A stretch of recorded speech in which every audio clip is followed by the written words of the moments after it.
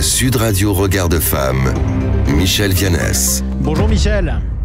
Bonjour Jean-Marie. Présidente de l'organisation non gouvernementale Regard de Femmes. Vous nous parlez de la semaine de la presse et des médias à l'école. Face à la multiplication des messages et des sources, le thème cette année est « Où est l'info ?» Alors c'est bien d'en parler avec des journalistes, hein ?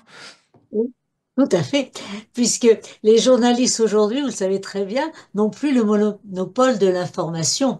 Les réseaux sociaux, le public poste des informations qui peuvent d'ailleurs être reprises de temps en temps par les journalistes. Et je dirais que dans ce mélange de genres, comment reconnaître des informations fiables, des fake news qui se déplacent, vous le savez bien, à la vitesse grand V et qui sont plus pandémiques que les vraies, surtout si elles s'appuient sur des croyances.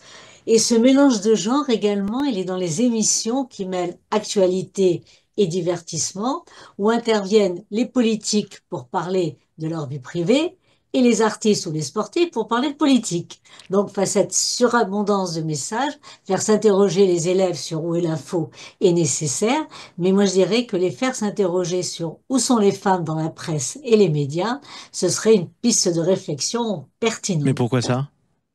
Eh bien, parce que ils verraient tout de suite que les femmes occupent moins de place dans les médias traditionnels que les hommes, surtout quand il s'agit de sujets politiques, économiques ou scientifiques.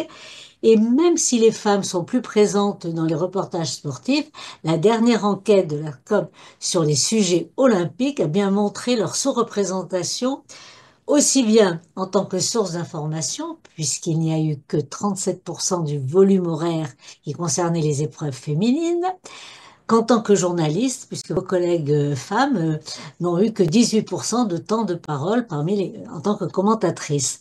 Donc, en outre, on le sait très bien, les femmes journalistes subissent discrimination, harcèlement sexuel, aussi bien dans la pratique concrète et en réel de leur métier que dans l'espace virtuel. Donc, il me semble que sensibiliser les élèves à ces inégalités, leur permettre de s'interroger sur la manière dont les femmes sont représentées dans les journaux, les émissions télévisées, leur permettrait de s'interroger plus largement sur les contenus médiatiques. Effectivement, c'est pour ça que ça vous intéresse. Évidemment, comment ce thème pourrait permettre aux élèves de comprendre les enjeux de l'information ? Eh bien, en faisant analyser des articles, des reportages ou des émissions pour repérer quand et comment les femmes y sont représentées, eh bien sûr, ça va développer leur réflexion critique sur les inégalités femmes-hommes, ce qui m'intéresse au premier chef, et dans les médias, et sur les stéréotypes sexués et sur leur impact dans la société. Et bien sûr, pourquoi, à part de là, ça leur apprendrait à adopter une attitude critique envers les contenus médiatiques auxquels ils sont exposés sans arrêt et à analyser les informations qu'ils reçoivent. Écoutez, je vous souhaite une bonne journée, Michèle. Merci.